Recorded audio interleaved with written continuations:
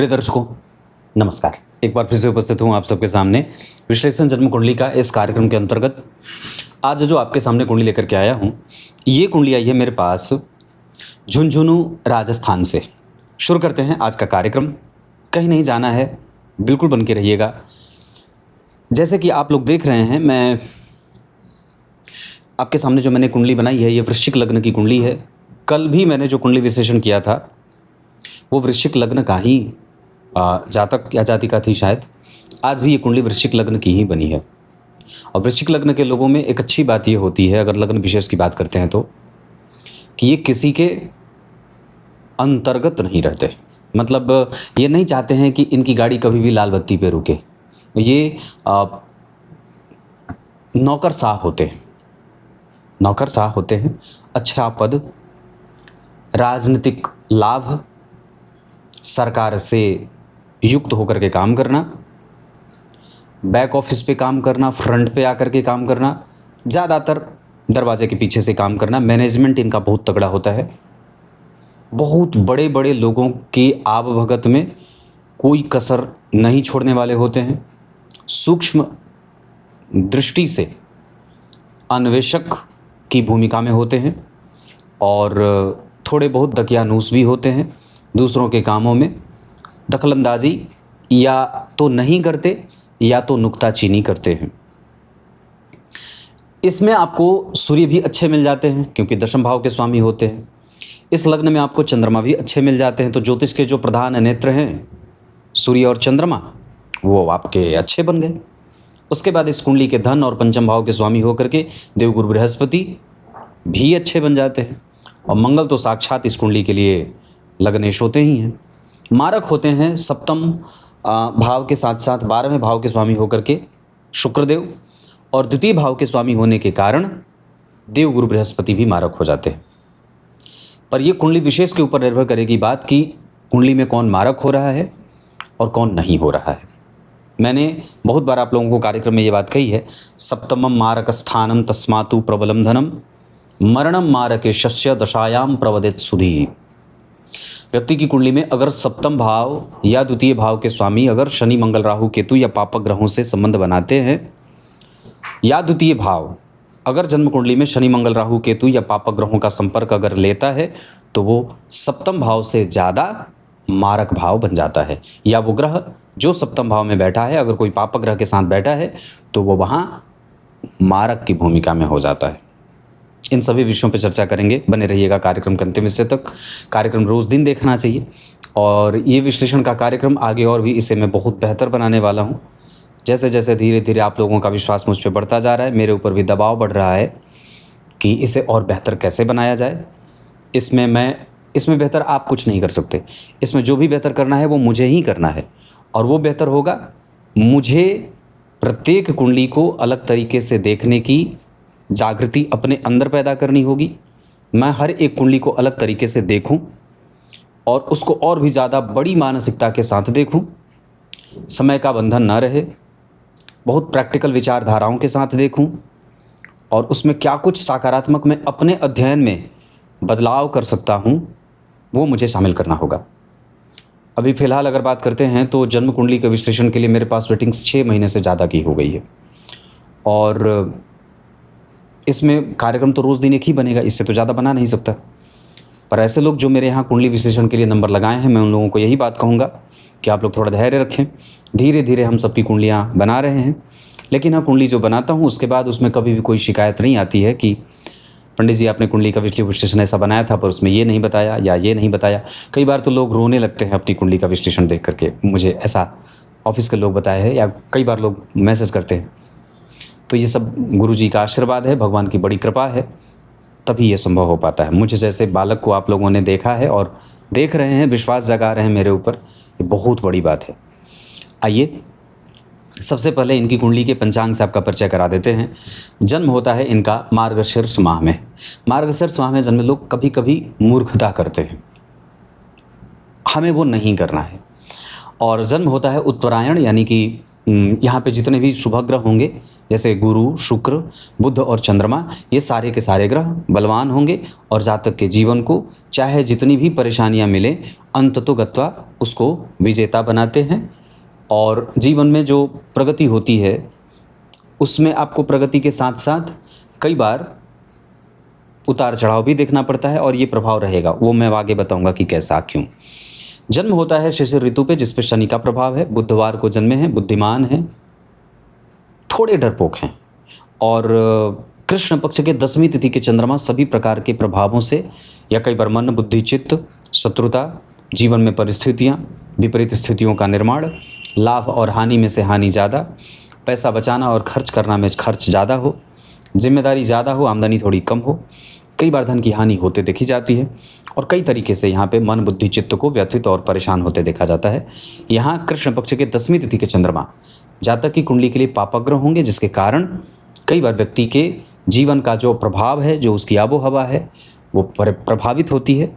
कई बार बुरे लोगों का आगमन होता है जीवन में, कई बार व्यक्ति जो है वो लोगों को पहचानने की शक्ति भूल जाता है, उसको समझ नहीं आती है कि किससे मैत्री करनी है, किससे शत्रुता करनी है।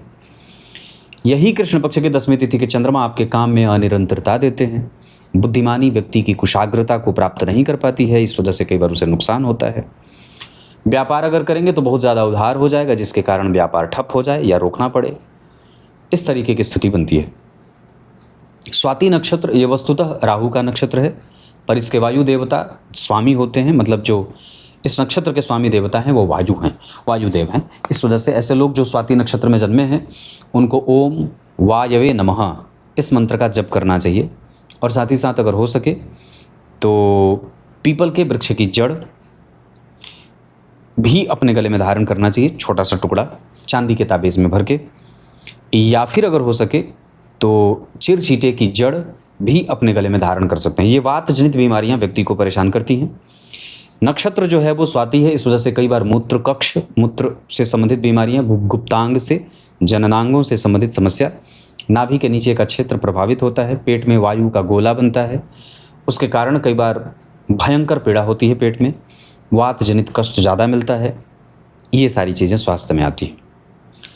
उसके बाद अगर मैं बात करता हूँ सुकर्मा योग, शूद्र वर्ण और देवगण है। शूद्र वर्ण के कारण व्यक्ति की महत्वाकांक्षा ऊंची रहेगी, थोड़ा गंदा रहना, एक्सपेक्टेशन ज़्यादा रखना, मित्र को तुरंत शत्रु बना लेना, शत्रु पे तुरंत विश्वास करके मित्र बना लेना, बहुत ज़्यादा किसी विषय में विचार न करना और तुरंत ही उसमें कूद जाना, इस कारण से नुकसान होता है। आसानी से किसी को विश्वास में रख लेना और अपना पैसा दे देना या अपना धन दे देना, अपनी एनर्जी दे देना, बाद में पता चला कि वो व्यक्ति आपके लाभ के लिए ही आपके पास आया था, तो ये शूद्र वर्ण के कारण होता है। जैसे समुद्र मंथन के समय पे देवताओं के पास बुद्धि ज़्यादा थी, इस वजह से वो बासुकी नाग के पूंछ का हिस्सा अपनी तरफ रखते हैं या पूंछ पकड़ते हैं, जबकि दानवों के पास थोड़ी सी हो सकती है, कम है, इस वजह से वो सर्प के मुंह की तरफ, मतलब बासुकी नाग के मुख की तरफ का हिस्सा वो पकड़ते हैं। और जब वो गरम गरम फुंकारे छोड़ते थे बासुकी नाग, जो भगवान शिव के गले में विराजमान होते हैं, तो सारे मानव काले हो गए, जितने भी दानव थे, मतलब असुर थे, वो सब काले काले हो गए। और चूंकि देवताओं ने पूंछ पकड़ा था, इस वजह से उन पर उसका असर रहा नहीं। और वो कितने फीट लंबे, कितने फीट चौड़े थे, फिर भी भगवान शिव के गले में विराजते हैं। तो ऐसा ये बुद्धि का प्रभाव होता है। शूद्र वर्ण मतलब हमें अपनी बुद्धिमानी सिद्ध करनी है, और ऐसा नहीं कि हमारी बुद्धि बाद में काम करे, हम उसके पहले ही बहुत सारी चीज़ें विचार करेंगे। हो सकता है तो प्रोटोटाइप बनाएंगे, हो सकता है तो अपनी कागज़ कलम लेखनी अपने पास रखेंगे। पैसा जिसको दे रहे हैं उसको ज़बान से नहीं, लिख करके उसका बाकायदा उसका रजिस्टर बनाएं। और ये सब चीज़ें हो सके तो आप सरकारी बॉन्ड में निवेश कर सकते हैं, आभूषण में निवेश कर सकते हैं, सरकारी कंपनियों में, दवाइयों की कंपनियों में, तेल की कंपनियों में, इलेक्ट्रॉनिक आइटम की कंपनियों में, उसके साथ ट्रांसपोर्ट वाली कंपनियों में निवेश कर सकते हैं, या इस तरीके का काम कर सकते हैं। हॉस्पिटल के क्षेत्र में जैसे जो सर्जिकल इंस्ट्रूमेंट होते हैं उससे संबंधित भी कारोबार या उनसे संबंधित कंपनियों से संबंधित काम कर सकते हैं। प्लास्टिक हो जाए, बिजली का बत्ती हो जाए, बिजली बल्ब हो जाए, एसी हो जाए, एयर कंडीशन, उसके बाद ट्रांसपोर्ट हो जाए, दवाइयाँ हो जाए, मैंने बताया, इतनी सारी चीज़ें आप कर सकते हैं कारोबार में। आइए अब देवगण के हैं तो ये बहुत अच्छी बात है। आपकी कुंडली में देवगण के कारण व्यक्ति जो होता है वो शुद्ध होता है, मनस्वी होता है, प्रवृत्ति उसकी अच्छी होती है, ज्ञानी होता है, सुहृद होता है, पक्ष का बलवान होता है, मतलब बुरे पक्षों का निर्धारण नहीं होता, बुरे पक्षों को पकड़ने वाला नहीं होता है, शुद्ध अंतःकरण का संयमित जीवन जीने वाला, बेहतरीन मानसिकता का पुरोधा और अच्छी आयु को प्राप्त करने वाला होता है। यहाँ उसका दाम्पत्य भी ठीक है। आयु के बारे में अगर मैं थोड़ी सी विचार कर दूं तो लग्न के अधिपति का एकादशवें भाव में बैठना ये व्यक्ति को दीर्घायु बनाता है। लग्न, अष्टम और दशम भाव के स्वामी, बहुत ध्यान से समझिएगा, लग्नेश अगर लाभ में हो तो व्यक्ति दीर्घायु होता है। अष्टम भाव के स्वामी अगर पणफर भावों में हो, जैसे दूसरे भाव में बैठे हैं, अष्टम भाव के स्वामी पणफर भाव होता है दूसरा, तो दूसरे भाव में है, पांचवा भाव भी पणफर होता है, उसके बाद आठवां भाव भी पणफर होता है और एकादशवां भाव भी पणफर भाव होता है। तो अगर लग्न के अधिपति एकादशवें भाव में है तो व्यक्ति दीर्घायुष्य का वर प्राप्त करके आया है, मतलब उसके पास अच्छी आयु रहेगी। उसके बाद अष्टम भाव के स्वामी अगर पणफर भावों में बैठे हों, यानी कि दूसरा, पांचवां, आठवां या एकादशवें भाव में बैठे हैं तो भी व्यक्ति को अच्छी आयु मिलती है। और एकादशवें भाव के स्वामी अगर इन्हीं भावों में बैठे हों, जैसे एकादशवें भाव का स्वामी है, पणफर में बैठा है, तो भी व्यक्ति को अच्छी आयु प्राप्त होती है। तो कुल मिलाकर के यहाँ तक आपकी कुंडली का पंचांग था और आयु का निर्धारण मैंने बताया।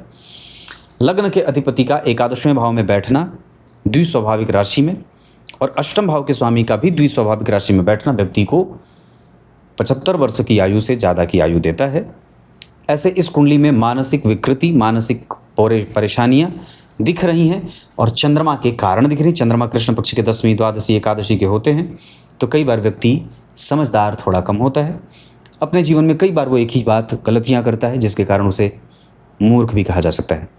मैं ऐसा नहीं कहूँगा कि आप नहीं हैं, लेकिन मैं ऐसा कह सकता हूँ क्योंकि आपकी कुंडली में चंद्रमा 12 में है और केंद्र में बिल्कुल ही केतु के साथ शुक्र बैठे हुए हैं। जरा ध्यान से देखें तो आपकी कुंडली के 12वें भाव के स्वामी लग्न में बैठे हैं, जिसका अर्थ होता है कि जन्म कुंडली के 12वें भाव के स्वामी जब कभी भी लग्न में बैठेंगे तो व्यक्ति का व्यय गलत जगह पे तो नहीं जाएगा, लेकिन वो जिम्मेदारियों से भरा हुआ जरूर रहता है, उसके पास जिम्मेदारी रहती है। अब आइए आपकी कुंडली के लग्न, नवांश और दशमांशा कुंडली में बैठे ग्रहों से आपका परिचय करा देता हूँ। अब यहाँ से आगे बढ़ते हैं और आपकी कुंडली के बैठे ग्रहों से आपका परिचय कराते हैं। सबसे पहले ये बात याद रखनी चाहिए कि कुंडली के जितने भी ग्रह हैं उनको सबसे ज़्यादा बल आपकी कुंडली के पंचांग से ही मिलता है। अगर जन्म कुंडली में पंचांग यानी कि चंद्रमा संपूर्णतः, नक्षत्र अगर वो कमज़ोर हो रहा है, नक्षत्र के स्वामी कमज़ोर हो रहे हैं तो फिर ये कई बार व्यक्ति के जीवन को परेशान करने वाले हो जाते हैं। चंद्रमा स्वाति नक्षत्र में, राहु कहाँ है? उच्च के बैठे हैं, ये एक अच्छी बात है, लेकिन बात ये भी समझनी होगी कि यहाँ ये राहु मारक भाव में बैठे हैं, क्योंकि ये मारकेश हो जाएंगे इसलिए कि सप्तम भाव में बैठे हैं। और जरा ध्यान से देखें तो इस कुंडली के लिए द्वितीय भाव में गुरु, सूर्य और बुध बैठे हैं। वृश्चिक लग्न की कुंडली के लिए गुरु भी और सूर्य भी दोनों योग कारक ग्रह होते हैं, एक केंद्र के और एक त्रिकोण के स्वामी हैं और साथ ही साथ इस कुंडली के लाभेश के साथ बैठे हैं। तो लाभ और दशम के साथ पंचम, इन दोनों भावों के स्वामी अष्टमेश भी होते हैं। तो इस कुंडली के लिए जो वृश्चिक लग्न की कुंडली है उसमें बुधदेव और शुक्रदेव, बुध जहां पापी ग्रह के रूप में उपस्थित होते हैं लेकिन महाधनपति योग लगा रहे हैं। परेशानी ये भी है कि अष्टम भाव के भी वो स्वामी होते हैं, द्वितीय भाव में बैठे हैं, तो अष्टमेश जब द्वितीय भाव में बैठेगा तो कई बार वो जातक के जीवन को ऋणी बना देता है या इसे दारिद्र दोष कहते हैं। दूसरा कि जन्म कुंडली के द्वितीय भाव में जब गुरु, सूर्य और बुध बैठे हैं और जरा ध्यान से देखें तो उस पर मारक तो नहीं पर मंगल की दृष्टि है और शनि की भी दृष्टि है, तो कहीं ना कहीं द्वितीय भाव पे शनि का प्रभाव बन गया और सप्तम भाव में मारक हो गए राहु। तो राहु शनि के साथ गुरु, शनि के साथ सूर्य, शनि के साथ बुध। अब चूंकि उस भाव पे शनि की भी दृष्टि पड़ रही है, जो वृश्चिक लग्न की कुंडली के लिए तृतीयेश होकर के और चतुर्थेश होकर के 12 में बैठे हैं, तो एक तरफ जहां व्यक्ति को पराक्रमी बना रहे हैं, वहीं दूसरी तरफ शनि में गुरु का अंतर, शनि में सूर्य का अंतर और शनि में बुध का अंतर और शनि में राहु का अंतर, साथ ही साथ शनि में मंगल का अंतर मारक हो जाएगा। और अभी इनको मंगल ही चल रहा है 2025 के जनवरी से, तो शनि में मंगल, शनि में राहु और शनि में गुरु, तीनों ही मारक दशाएं अभी काम कर रही हैं। और ऊपर पीछे चंद्रमा चले थे, वो भी इस कुंडली के लिए सामान्यतः 12वें भाव के स्वामी, हालांकि 12वें भाव में बैठे तो कोई विशेष नहीं, पर मानसिक रूप से तो ये तोड़ने का काम करेगा। ग्रह विशेष के आधार पर अगर बात करते हैं तो मैंने ये बात कही मारक वाली, सबसे पहले बात करते हैं मंगल देव की। मंगल लग्न कुंडली के साथ लग्न कुंडली के लग्नेश के साथ साथ छठवें भाव के स्वामी हैं। एकादशवें में बैठे तो एक तरफ आयु तो दे रहे हैं, पर सामान्यतः महत्वाकांक्षी बनाने के साथ साथ जीवन में संघर्षों का दौर भी दे रहे हैं। और बैठे हैं वो 29 अंश के। तो लग्नेश जब अवस्थागत नीचे जाने लगते हैं तो कई बार ये व्यक्ति को उस अवस्था में, अब चूंकि मंगल जो होते हैं वो युवावस्था के सूचक होते हैं, मंगल अगर युवावस्था के सूचक हैं तो ये युवावस्था की अवस्था में अगर बैठा रहेगा ग्रह तो ज्यादा परिणाम करेगा या अच्छा लाभ होगा।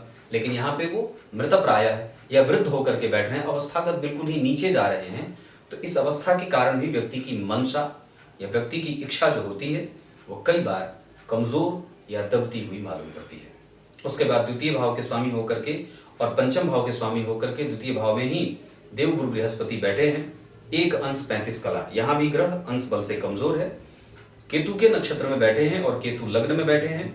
द्वितीय भाव में गुरु व्यक्ति को गंभीर चिंतन करने वाला, बेहतरीन मानसिकता का, कृतज्ञ, अनुभवी और चरित्रवान बनाएंगे, पर धन के मामले में ये कई बार कमजोर हो जाते हैं या कई बार व्यक्ति को जो उसके जीवन में लोग आते हैं वो लगातार नहीं बने रहते हैं।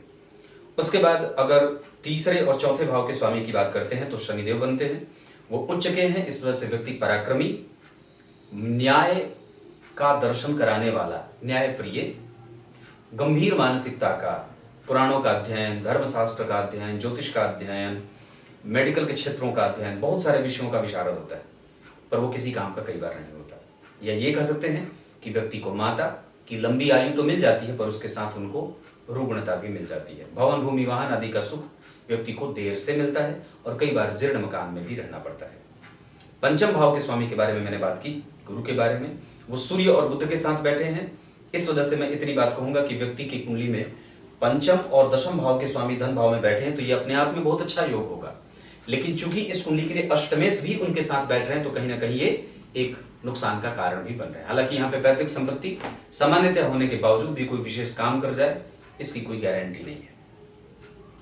सप्तम भाव के साथ साथ 12वें भाव के स्वामी शुक्रदेव लग्न में बैठे हैं। इस आधार पर कि जन्म कुंडली में सप्तम भाव के स्वामी जहां बैठे हैं उनके ठीक पीछे देखिए शनि और चंद्रमा बैठे हैं और विष दोष की स्थिति उत्पन्न हो रही है। इस कारण से कई बार व्यक्ति का व्यक्तित्व, व्यक्ति की आयु, व्यक्ति का स्वास्थ्य, व्यक्ति का चिंतन, व्यक्ति का कंसंट्रेशन, उसकी सामाजिक स्थिति, सामाजिक छवि, उत्कृष्टता, वो कहीं ना कहीं कंफ्यूज होकर के, दब करके परेशानियों के साथ प्राप्त होती है। अष्टम भाव के साथ साथ एकादशवें भाव के स्वामी धन भाव में बैठे हैं तो जहां एक तरफ वो धन योग लगा रहे हैं वहीं दूसरी तरफ आपको अपनी दशा काल में कई बार मानसिक और आर्थिक रूप से परेशान भी करने वाले बन रहे हैं। इस वजह से हमें बहुत सावधानी से बुद्ध की दशा को भी निकालना होगा, नहीं तो कई बार हम उसमें बचकानी हरकतें करके अपना धन नुकसान कर सकते हैं जिसका अंत अच्छा न हो, ऐसा अंदेशा लग रहा है। उसके बाद अगर हम बात करते हैं तो अष्टम भाव के स्वामी का धन भाव में जाना कई बार ये धन से संबंधित चिंताओं को देने वाला भी होता है, जबकि नवम भाव के स्वामी का अपने भाव से 4 घर आगे चतुर्थेश के साथ बैठना माता के सुखों को प्रभाव में रखने वाला, माता के सुखों से युक्त, माता को लंबी आयु देने वाला और उसका धन सही जगह पे खर्च करने वाला, तीर्थाटन करने वाला, दान पुण्य पूजा पाठ करने वाला, सामाजिक स्थितियां अपनी दशा काल में बढ़ाने वाला हो जाते हैं। जबकि दशम स्थान के अधिपति सूर्यदेव धन भाव में बैठे हैं तो व्यक्ति के पास काम है, बस वो आलस्य कई बार कर रहा है क्योंकि उस सूर्य के ऊपर जो दशम भाव के स्वामी हैं उस पे शनि की दृष्टि जा रही है और शत्रु की दृष्टि प्राप्त हो रही है। जरा ध्यान से देखें तो जन्म कुंडली में धन भाव में हंस योग लगा हुआ है। इस वजह से मैं इसे कमजोर तो नहीं कहूंगा। लग्न में शुक्र 10,000 दोषों का शमन कर देते हैं। शुक्रो 10 सहस्त्राणी बुद्धो 10 शतानि च। शुक्र लग्न में 10,000 दोषों का शमन कर देते हैं, पर बात यह है कि वो मार्केश भी होते हैं और राहु और शनि चंद्रमा का दंश झेल रहे हैं, उनके ऊपर किसी शुभ ग्रह का कोई प्रभाव नहीं है।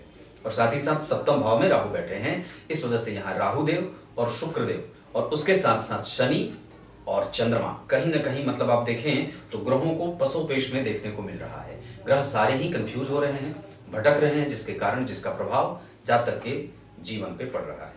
तो दशम भाव के स्वामी का द्वितीय भाव में पंचमेश के साथ बैठना ये धन योग होता है और सामान्यतया ये कई बार अच्छा परिणाम देने वाला हो सकता है।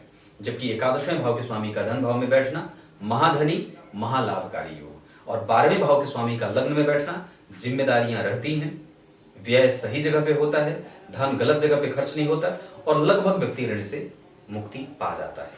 ये लग्न कुंडली की बात है। अब मैं नवांश कुंडली पे आपका ध्यान लेके आता हूँ। अब नवांश चक्र पे जब आपका ध्यान लेके आता हूँ तो जरा ध्यान से देखिए, तो यहाँ के एकादशवें भाव के स्वामी यहाँ के लग्नेश बने हैं। लग्नेश लग्न में मंगल के साथ, जो कौन है, अष्टम भाव के स्वामी। और केंद्र बिल्कुल खाली है, मतलब एकमात्र ग्रह यहाँ पे बुध और मंगल बैठे हैं।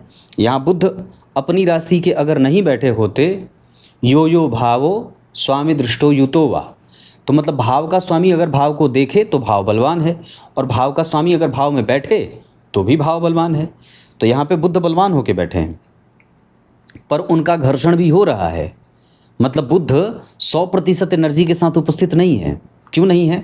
क्योंकि उन पे केतु की दृष्टि है और उनके ऊपर किसी भी शुभ ग्रह की कोई दृष्टि नहीं है। साथ ही साथ त्रिक भाव का स्वामी उनके साथ बैठा है। मतलब ये संघर्ष है, और ऐसा नहीं है कि विवाह के बाद या विवाह के समय या विवाह के दौरान या विवाह के बाद के जीवन में कोई बहुत बड़ा व्यापक बदलाव देखने को मिल जाएगा। वो सामान्य ही रहता है। थोड़े बहुत आमूल चूल परिवर्तन भाग्य के सहारे मिलते हैं, जो पत्नी का भाग्य लगता है। पर सामान्यतया यहाँ पे चंद्रमा और केतु का बैठना, यहाँ पे गुरु और शनि का बैठना, बहुत ध्यान से देखें तो यहाँ पे शनि नीच के हो रहे हैं, जिनका नीचभंग मंगल कर तो रहे हैं पर बहुत ही सामान्य तरीके का। तो बुध भी यहाँ पे लगभग घर्षण में चले गए, यहाँ चंद्रमा भी लगभग घर्षण में चले गए, और यहाँ गुरु भी लगभग घर्षण में चले गए। तो बुध, चंद्रमा और गुरु तीनों ही घर्षण में। तो बुध कौन है? लग्नेश। चंद्रमा कौन है? लाभेश। और गुरु कौन है? सप्तमेश और चतुर्थेश। तो लाभ, लग्न और व्यापार, दाम्पत्य, ये तीनों घर्षण में जाने से। और जरा ध्यान से देखिए तो सूर्य और शुक्र के साथ राहु बैठे हैं। तो धन भाव के स्वामी के साथ राहु का बैठना शुक्र में कई बार व्यक्ति के जीवन में मलिनता दे देते हैं। और कर्क राशि में सूर्य और राहु बैठे हैं तो व्यक्ति बाहर से प्रसन्न तो होता है, पर अंदर अंदर उसके बहुत सारे झंझावात भी चलते रहते हैं। वो दुनिया को दिखाने के लिए, परिवार को दिखाने के लिए, बच्चों को दिखाने के लिए बाहर से प्रसन्न तो होता है, पर अंदर अंदर उसकी लड़ाई जारी रहती है, जिसको वो प्रकट कई बार नहीं करता है। इस अवस्था के कारण कई बार व्यक्ति अंदर ही अंदर सालता रहता है, खुद को परेशान होता रहता है और अपने मन की बात किसी को नहीं बता पाता है। अगर ऐसा है तो आपको इस पर विचार करने की आवश्यकता है, क्योंकि नवांश कुंडली में केंद्र का खाली होना, लग्न कुंडली में भी लगभग केंद्र खाली ही है और त्रिकोण भी खाली हैं। ये स्थिति अच्छी नहीं मानी जाती है ज्योतिष शास्त्र में। कुंडली के केंद्र में ग्रह भरे पड़े होते हैं तो कुंडली को बल मिलता है। जैसे प्लेन, जब एरोप्लेन उड़ता है, जैसे जब सैटेलाइट भेजा जाता है तो उसमें ईंधन डाला जाता है और उसको वो ईंधन ऊपर उठने में या उसको गति प्रदान करता है। उसी तरीके से जब कुंडली के केंद्र में या त्रिकोण में ग्रह होते हैं तो कुंडली को आगे बढ़ने में गति प्रदान करते हैं, और जब केंद्र और त्रिकोण खाली हो जाता है तो कुंडली की गति अवरुद्ध और बाधित होती है। जबकि दशमांसा चक्र में यहाँ पे ग्रह दोनों कंफ्यूज हो गए, यहाँ पे चंद्रमा केतु के साथ कंफ्यूज हो गए, और उसके बाद अगर दशमांसा चक्र में देखते हैं तो एक अच्छा संकेत मैं आपको दशमांसा चक्र में बता रहा हूँ, जो कि सबसे बड़ा सर्वमान्य सिद्धांत है ज्योतिष का। दशमांसा चक्र के लिए लग्न कुंडली के लाभ और धन भाव के स्वामी अगर दशमांसा चक्र के लग्नेश बनते हैं, और अगर वो स्वग्रही हैं, अगर वो गुरु से दृष्ट हैं, अगर लाभेश लाभ को देख रहे हैं, अगर धन भाव के स्वामी लाभ में बैठे हैं, और अगर लाभ का अधिपति लाभ को देख रहा है, ये बहुत अच्छा होता है। मतलब यहाँ पे इस वर्ग चार्ट में और इस वर्ग चार्ट में, और जब हम दशमांसा चक्र का एक साथ संतुलन बनाना चाहते हैं, जब तीनों वर्ग चार्ट का कंपैरिजन करते हैं तो उसमें हमें दशमांसा चक्र सबसे ज़्यादा अच्छा मालूम पड़ता है। आप जब दशमांसा चक्र देखेंगे तो देखिए गुरु भी केंद्र में स्वग्रही और बुध भी केंद्र में स्वग्रही, शुक्र का लाभ भाव में बैठना चंद्रमा से दृष्ट, ये बहुत अच्छा। धन भाव के अधिपति को लाभ भाव के स्वामी ने देखा है, धन भाव के अधिपति को लाभ भाव के स्वामी ने देखा है, तो करियर और कर्म क्षेत्र, सामाजिक स्थिति बहुत ही अच्छी है। वहाँ मैं एक बात और कह सकता हूँ कि व्यक्ति का व्यक्तित्व समाज को देख करके परेशान होता है और समाज को देख करके आगे बढ़ने की हैसियत पालता है या मजबूत होना चाहता है। वो कभी भी अपने आप को असामाजिक नहीं बनाना चाहता है। इतना ही नहीं, उसके पास धन भी है और उसके पास लाभ भी है। धन भाव के स्वामी लाभ में लाभेश से दृष्ट हैं। इतना ही नहीं, आपकी जन्म कुंडली में जो दशमांसा चक्र बना हुआ है वहाँ पे जो पराक्रम का प्रभाव है वो आपको अनुभव दे रहा है। आपके शत्रुओं से आपको इतना सारा सीखने को मिल जाएगा जितना कि आप मित्रों से नहीं सीख रहे हैं। उसके बाद आपकी कुंडली में आगे सब आपके जो संबंधी हैं, जो रिश्तेदार हैं, इष्ट मित्र हैं, जो आपका घर परिवार है, जो कुटुंब है, वो आपके साथ सदैव आपके पक्ष में रहेंगे और वो सदैव आपके विषम परिस्थितियों में आपके साथ खड़े हैं और वो सदैव 100% आपके ही हैं। इसके अतिरिक्त अगर मैं बात करता हूँ तो आपकी कुंडली में जो लाभ है वो आपको आपके प्रेडिसेसर से, सक्सेसर से, मतलब आपके पूर्वजों से भी है और आपके अनुज से भी है। तो उच्चस्थ और कनिष्ठ जितने भी कर्मचारी हैं या जो आपका संतान है, जो आपकी संतति है, जो आपका प्रेम है, जो ये बुद्धिमानी है, ये सब आपके पक्ष में हैं और निश्चित रूप से वो आपको अंततोगत्वा विजय दिलाने वाले बन रहे हैं।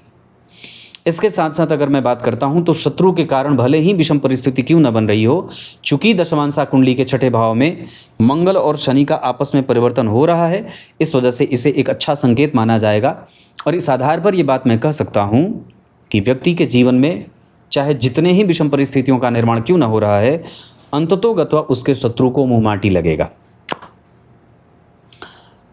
उत्तर प्रदेश में जो थे ना, वो जिनकी बिल्डिंग गिराई गई थी, वो बाहुबली पता नहीं क्या था, मुसलमान थे।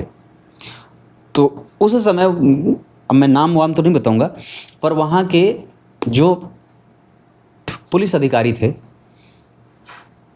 उन्होंने मुझसे संपर्क किया था ऐसे सामान्यतया। अब मुझे कुछ भी याद नहीं है सही तरीके से, या याद भी है तो वो भी बताना नहीं चाहता हूँ।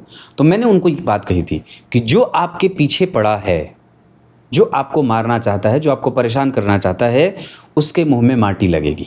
वही हुआ, मारा गया। तो ऐसी स्थिति बनती है कि जन्म कुंडली में जब यहाँ पे मंगल और शनि का परिवर्तन हो रहा है और मंगल सही बैठे हैं, कोई खराब नहीं बैठे हैं, आप ज़रा ध्यान से देखें तो यहाँ पे भी मंगल जो हैं क्या बोलते हैं, यहाँ पे भी मंगल के ऊपर केतु का प्रभाव है, जो सामान्यतः राहु से तो ठीक ही है, और यहाँ पे मंगल केतु के साथ ही बैठे हैं। इसका अर्थ होगा कि व्यक्ति के जीवन में दुश्मन हैं, पर वो आपको धन से परेशान कर सकते हैं। आपके मन बुद्धि चित्त पे उनका कोई व्यापक असर नहीं पड़ने वाला है। इस वजह से आप जरा भी चिंतित मत होइए। एक बात और बता देता हूं, इस कारोबार में, आपके व्यापार में, आपके जीवन साथी का, आपके दाम्पत्य का, आपकी पत्नी का भरपूर सहयोग मिलेगा और निश्चित रूप से वो आपके प्रति कृतज्ञ बनी हुई हैं, इसमें भी संशय नहीं है। रिसर्च और आपके काम को करने के लिए आपकी आयु भी छोटी नहीं है, मैंने लग्न कुंडली को देख करके पूर्व में ही बताया था। उसके साथ दशमांशा चक्र के आधार पर, आपकी कुंडली के आधार पर, जो आपकी कुंडली में एकादश नवम भाव बना है, उसका प्रभाव अगर चंद्रमा के साथ नहीं होता तो आपका भाग्य आपके साथ नहीं होता, आपका भाग्य आपके साथ है। पर सार्वभौमिक सिद्धांत ज्योतिष का ये कहता है, भाग्य भाव का स्वामी जब पणफर भावों में बैठ जाता है, मतलब तृतीय अपने से तीसरे भाव में बैठ जाता है, चूंकि ये शुभ ग्रह की राशि है, यहाँ से ये ज़्यादा अच्छा होता कि यहाँ बैठते, या ज़्यादा अच्छा होता कि ये यहाँ बैठते, पर कोई बात नहीं है कि यहाँ से ये तीसरे बैठे हैं, इस वजह से वो कम से कम आपको लाभ और धन दे रहे हैं। 12वें भाव की स्थिति और लाभ के आधार पर मैं ये बात कहूँगा कि आपके जीवन की स्थिति ठीक है, व्यय सदैव बना रहेगा, घबराने की कोई आवश्यकता नहीं है। अब मैं नक्षत्रों की बात करता हूँ। अगर नक्षत्रों की बात करते हैं तो सबसे पहले सूर्यदेव मूल नक्षत्र के बैठे हैं, और वो ध्यान से देखेंगे तो नवांश कुंडली में वो 27 अंश के बैठे हैं कर्क राशि में, दशमांशा चक्र में वो मेष राशि में हो रहे हैं 12वें भाव के स्वामी होकर के। इस वजह से आपका व्यय नियंत्रित रहेगा। सूर्य की दशा काफ़ी हद तक लाभ देने वाली बन सकती है, पर सूर्य जिस नक्षत्र में बैठे हैं उस आधार पर यहाँ वो केतु के नक्षत्र में और वहाँ नौमांश चक्र में आश्लेषा बुध के नक्षत्र में, तो दोनों ही मूल संज्ञक नक्षत्र पकड़ में आ गए। इस वजह से व्यक्ति के पास जो उसकी सामाजिक छवि है वो काफ़ी लेट से, विलंब से, धीरे धीरे, स्थिरता के साथ या अनुभव देने के साथ लक्ष्मी की प्राप्ति होगी। मतलब आपको धन जो मिलेगा उससे ज़्यादा आपको समाज का एक्सपीरियंस हो जाएगा। सूर्य ऐसी स्थिति दिखा रहे हैं। चंद्रमा बने हैं जन्म कुंडली में 10 अंश 42 कला स्वाति नक्षत्र, नवांश कुंडली में उत्तराषाढ़ा में बैठे हैं।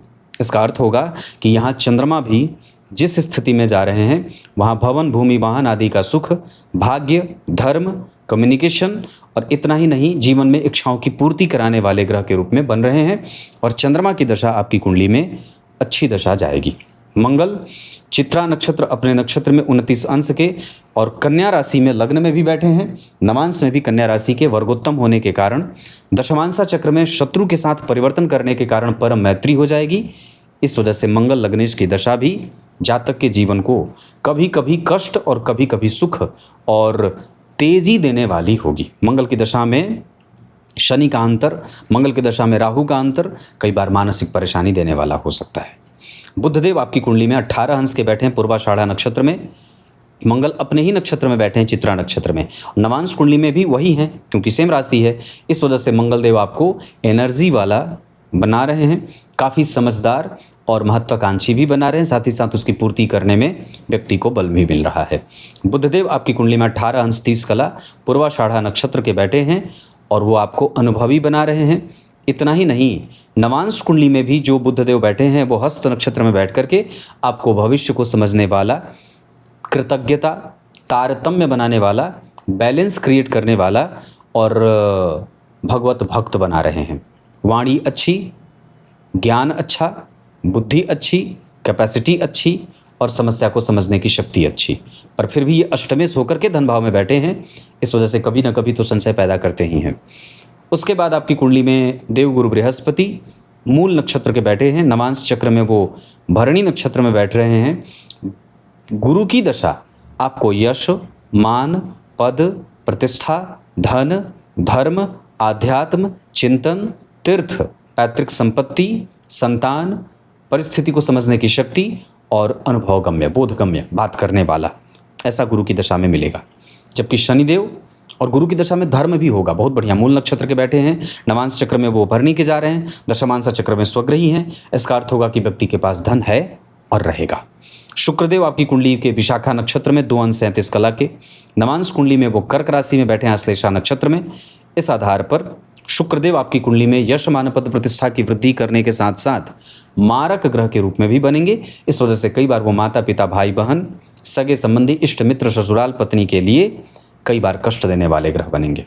जबकि शनिदेव 20 अंश 3 कला विशाखा नक्षत्र और वो देव गुरु बृहस्पति द्वितीय भाव में, जबकि नवांश कुंडली में वो शनि अश्विनी नक्षत्र में बैठे हैं, दशमांश चक्र में भी नीच के ही हो रहे हैं। लग्न कुंडली में उच्च के, नवांश कुंडली में नीच के, उच्च भंग हो गया, लेकिन यहाँ पे भी उच्च के नहीं है, नीच के हैं, जिनका नीच भंग मंगल कर रहे हैं। इस वजह से शनि वापस 75% तक आपकी कुंडली में कुछ बुरे कुछ अच्छे परिणाम के साथ दिखाई देंगे। हालांकि शनिदेव का उच्च भंग हो जाना और वापस उनका नीच भंग होना, जैसे लग्न कुंडली में उच्च के, नवांश कुंडली में नीच के हो गए तो उच्च भंग हो गया, और शनि नीच के बैठे हैं नवांश कुंडली में और मंगल केंद्र में बैठे हैं तो उनका नीच भंग हो गया वापस। तो वो घुमा फिरा करके आपको परिणाम देंगे। मतलब व्यक्ति के पास जो संपत्ति होगी, जो उसके जीवन में स्थिरता आएगी, जो व्यक्ति के जीवन में एकदम जो गतिमान, गति को बनाए रखने का बल होगा, स्थिरता, धीरे धीरे प्रगाढ़ता, गंभीरता, वो देर से आएगी। राहु और केतु आपकी कुंडली में मारक बन रहे हैं, इस वजह से राहु केतु की दशा कई बार परेशान करने वाली हो जाती है। अब मैं अष्टक वर्ग पे आपका ध्यान लेके आता हूँ। अब बात करते हैं जन्म कुंडली में जो आपकी कुंडली का अष्टक वर्ग बना हुआ है, उस पर हमें क्या करना है और क्या नहीं करना है। बहुत मतलब मोटे स्तर पे बता दूं और बहुत प्रिसाइज करके, हमें अपने आप को बार बार धोखा खाने वाला नहीं बनाना है और आप ये बार बार करते हैं। दूसरा, आपकी वाणी, आपका धन और धन कमाने का अनुभव आपको ज़्यादा मिल रहा है। मतलब मेरे कहने का अर्थ ये है कि हम अपने धन को सही जगह पे लगाएंगे। अभी तक वो गलत जगह पे भी लग रहा है और कई बार हम सही तरीके से स्ट्रैटेजिकली काम नहीं कर रहे हैं। मेहनत भी हम उस तरीके का नहीं कर रहे हैं जहाँ पे हमें करना चाहिए, जबकि हमारे पास बहुत अच्छी क्षमता है किसी भी काम को हाथ में लेकर के करने की। कई बार आलस्य ज़्यादा दिखाई दे रहा है। उसके साथ ये कुंडली इकट्ठा नहीं कर पा रही है, और अगर नहीं कर पा रही है तो माता या पत्नी के नाम पे इकट्ठा करें। विद्या, बुद्धि, विवेक वक्त पड़ने पर काम नहीं आता, या कई बार व्यक्ति निर्णय लेने से चूक जाता है। इतना ही नहीं, नौकरी और व्यापार दोनों में से आप जो भी करना चाहते हैं, आपकी कुंडली आपके लिए समर्पित है। कंसंट्रेशन इस कुंडली का ठीक नहीं है, उसे ठीक करने की आवश्यकता है। मित्रों से सावधान रहें, और इतना ही नहीं, अगर हो सके तो अपने बड़े छोटे भाई बहनों से भी थोड़ी बहुत सावधानी बरतें। भाग्य का बल आपकी कुंडली में ठीक है। मैं ऐसा तो नहीं कहूँगा कि आपका व्यय गलत जगह पे होता है, पर फिर भी भाग्य बल ठीक है। इस कुंडली का उत्तरार्ध पक्ष बहुत अच्छा रहेगा, मतलब बुढ़ापा बहुत अच्छा रहेगा, मैं ये विश्वास से कह सकता हूँ। साथ ही साथ आप लगभग अपनी कुंडली में अपनी महत्वाकांक्षा से उतनी तो नहीं, क्योंकि मंगल 11वें भाव में कन्या राशि में बैठे हैं, पर लगभग उसके निकट पहुँच जाएंगे। आत्मकारक ग्रह के रूप में अगर आपकी कुंडली में कोई ग्रह बना हुआ है तो वो आपकी कुंडली में मंगल हैं, जो लग्नेश हैं, वही आत्मकारक ग्रह हैं और वही ग्रह आपकी कुंडली का वर्गोत्तम ग्रह बन रहा है। इस वजह से इस कुंडली के पास अच्छी क्षमता है। साथ ही साथ लग्न कुंडली के नवम भाव के स्वामी नवांश कुंडली में बनते हैं, एकादशवें भाव के स्वामी और पंचम में बैठे हैं, ये अच्छी बात है।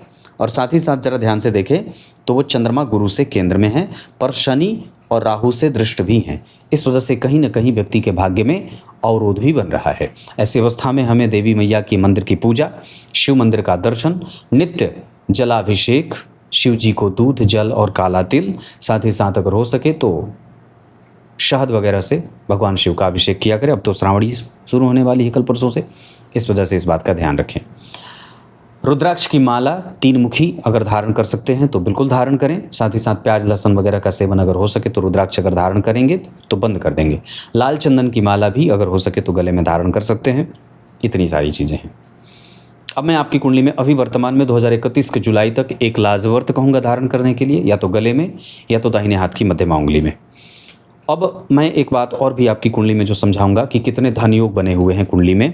तो लग्न के अधिपति का लाभ में जाना धन योग है, लेकिन वो जरा ध्यान से देखें तो उस पर किसी भी शुभ ग्रह की कोई दृष्टि नहीं है, उस पर राहु की दृष्टि है। इस वजह से हमें तिकड़मी भी बनना पड़ता है, मेहनत भी करनी पड़ती है, उसमें अपना जी जलाना पड़ता है। धन भाव के स्वामी का धन भाव में सूर्य के साथ बैठना, व्यक्ति सच्चरित्रवान है, मधुर, बेहतरीन, सत्य और कर्तव्यनिष्ठ होने के साथ साथ बुद्धिमानी से धन कमाने वाला है। मैंने जितने सारे क्षेत्र बताए थे वो आपको याद होगा। तीसरे और चौथे भाव के स्वामी होकर के उच्च के बैठे हैं, आपका कम्युनिकेशन ठीक है। भवन भूमि वाहन का सुख थोड़ा देर से ही सही पर मिल जाएगा। पर एकादशवें जब तृतीय भाव के स्वामी का 12वें भाव में बैठना कई बार पराक्रम को कष्ट देता है, या व्यक्ति वक्त पे अपनी एनर्जी सही जगह पे नहीं लगाता है, भूला हुआ भटका हुआ सा अपनी एनर्जी को सही जगह पे लगाता है। पंचम भाव के स्वामी का धन भाव में बैठना महाधनी योग है। छठवें भाव के स्वामी का एकादशवें भाव में बैठना दरिद्र दोष है, लेकिन ये स्वग्रही नहीं है। इस वजह से अगर मंगल यहाँ बैठे होते या यहाँ बैठे होते तो ये महाधनी योग हो जाता। लेकिन लग्नेश है, एकादशवें भाव में कन्या राशि में बैठे हैं, जिस राशि में बैठे उस राशि का राशिपति नीच क्या बोलते हैं कि वक्री भी है और अस्त भी होकर के दूषित हो जा रहे हैं। इस वजह से यहाँ लग्नेश को बल थोड़ा कम मिल रहा है।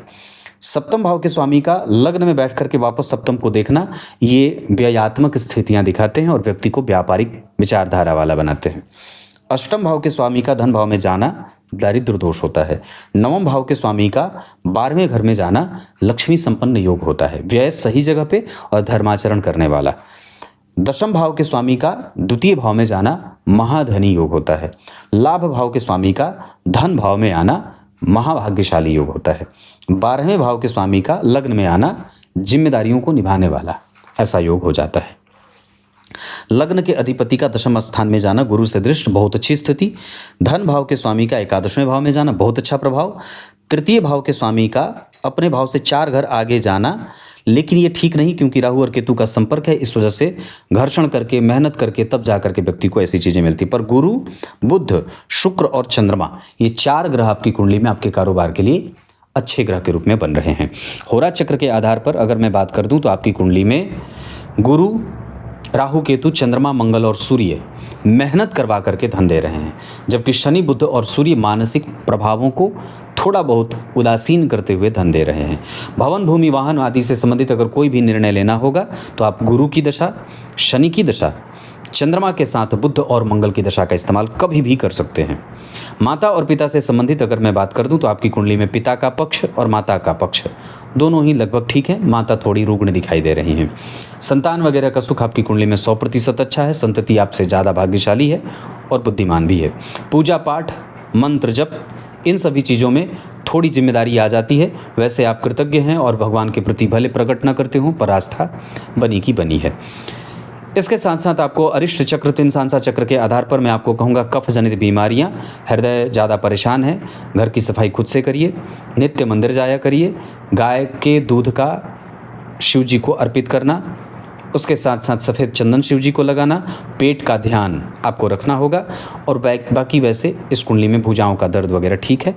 वात जनित समस्या मैंने पूर्व में ही कहा था। इसके बाद अगर आपकी कुंडली में ग्रहों के बल के आधार पर बात कर दूं, सूर्य 100% चाहे नेगेटिव मैंने बताया है कैसे करेंगे, तो 100% परिणाम। चंद्रमा 50%, मंगल 25%, बुध 25% से भी कम, देवगुरु बृहस्पति 25%, शुक्रदेव 25% से भी कम, बहुत अच्छी बात है, वो मारक हैं। शनिदेव आपकी कुंडली में 25%, राहु और केतु 50% का परिणाम कर रहे हैं। इसका अर्थ है कि राहु केतु मारेंगे 50 और बचाएंगे 50। राहु और केतु आपकी कुंडली में मारक हो रहे हैं, इस वजह से हमें उनकी दशा को सावधानी से देखना होगा। चंद्रमा आपकी कुंडली में तुला राशि का निर्माण कर रहे हैं। जब कभी भी देवगुरु बृहस्पति का गोचर धनु में हो, कुंभ में हो, मेष में हो, मिथुन में हो और कर्क में हो, आपके लिए लाभान्वित करने वाला होगा। आपकी राशि चंद्रमा है और शनिदेव अगर जब कभी भी आपकी राशि से मतलब धनु राशि में गोचर करें, मीन राशि में गोचर करें, वृष राशि में गोचर करें, मिथुन राशि में गोचर करें या कन्या राशि में गोचर करें तो आपके लिए अच्छा होगा। इतनी सारी चीज़ें हैं। शुभ नक्षत्र के आधार पर अगर मैं बात कर दूं तो आपको स्वाति नक्षत्र में दान करना चाहिए। अनुराधा, विशाखा, रोहिणी, हस्त, श्रवण, भरणी और अश्विनी किसी भी काम को करने के लिए अच्छा रहेंगे। दिन मंगलवार और गुरुवार का। मित्रता मीन और कर्क वालों से। धन कमाने के लिए पूरब उत्तर की दिशा। जिस घर में आपको रहना चाहिए या जो फ्रंट आपका बढ़िया रहेगा वो मीन, मेष, वृष, मिथुन, कर्क, सिंह, कन्या, तुला, पश्चिमी दिशा के मकान में भी रह सकते हैं। इसके साथ साथ अगर मैं बात कर दूं तो इतनी सारी चीज़ें हैं। चतुर्थी का व्रत। चंद्रमा आपकी कुंडली में स्वाति नक्षत्र के बैठे हैं। सहतूत का वृक्ष, अशोक के वृक्ष और फलीदार वृक्ष जरूर लगाना चाहिए। समी का पत्र गणेश जी को अर्पित करें। दूर्वा गणेश जी को अर्पित करें। गणेश जी के लिए गणपति अथर्वशीर्ष का पाठ निश्चित रूप से करें। हो सके तो एक गाय का दान भी कर दिया करें। तब तक के लिए बहुत बहुत नमस्कार।